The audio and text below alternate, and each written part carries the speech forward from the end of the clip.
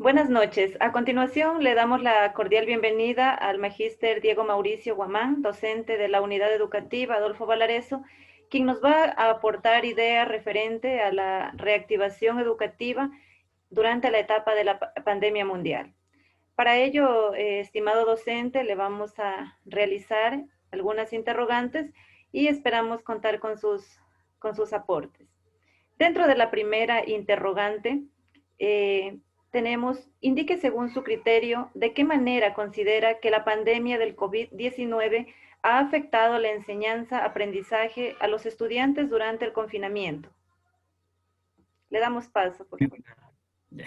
Gracias, muy buenas noches. En cuanto a la primera pregunta, considero que el confinamiento, debido a la pandemia por el COVID-19, ha afectado el proceso de enseñanza-aprendizaje de los estudiantes en cuanto al pasar de una educación presencial a una educación virtual, para el cual no estaban preparados gran parte de la población. Los estudiantes, padres de familia, al igual que los docentes, tuvimos que adaptarnos a nuevas metodologías, pero en esta transición hubieron inconvenientes en cuanto al manejo de las diferentes herramientas tecnológicas y a la falta de conectividad, lo que dificultó el proceso de enseñanza-aprendizaje. ¿Ya? Muchas gracias, estimado docente. Con respecto a la segunda pregunta, ¿las medidas tomadas por el Gobierno nacional y local, COE, han sido las correctas para salvaguardar la continuidad en la educación de los estudiantes? Mencione ejemplos, por favor.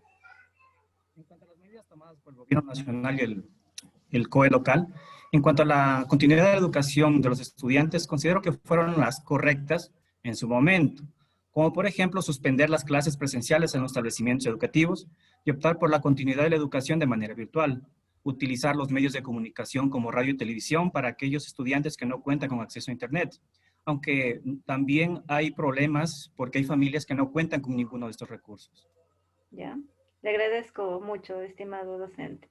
Con respecto a la tercera pregunta, indique qué medidas ha podido implementar usted dentro de las actividades de enseñanza-aprendizaje virtual en casa en beneficio de los estudiantes. Las medidas implementadas en las clases virtuales, en este caso aprovechar los recursos audiovisuales que nos ofrecen las diferentes aplicaciones web, como es el YouTube, EducaPlay, Recursos Educativos 2 del Ministerio de Educación, entre otros que facilitan la comprensión de conceptos un tanto complejos, comprenderlos mediante el análisis de textos escritos. Ya, gracias.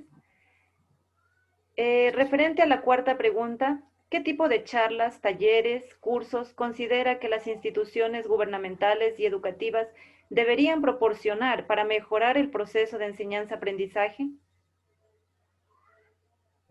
Instituciones gubernamentales y educativas deben promocionar talleres de contención emocional ante la situación del confinamiento generada por el COVID-19 y cursos para docentes sobre estrategias metodológicas que se puede aplicar en la educación virtual. Bien. Muchas gracias.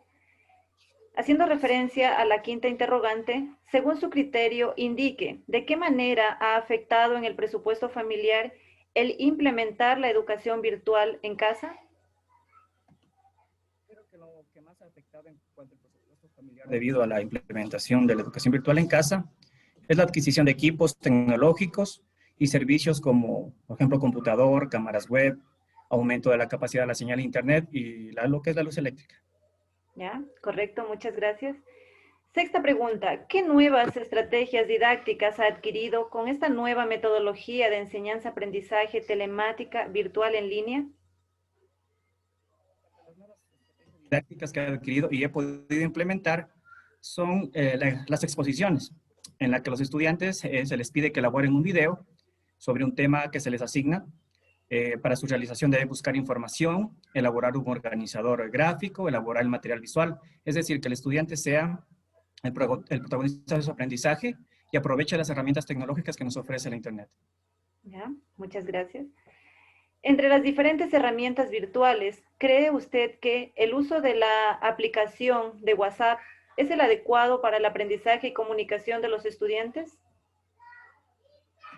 El uso de la aplicación de WhatsApp, estoy de acuerdo que es una herramienta que facilita la comunicación con los estudiantes durante su aprendizaje, pero no la considero la más adecuada, ya que hay otras plataformas educativas que son de mayor utilidad y favorecen el aprendizaje de los estudiantes, como por ejemplo Google Classroom.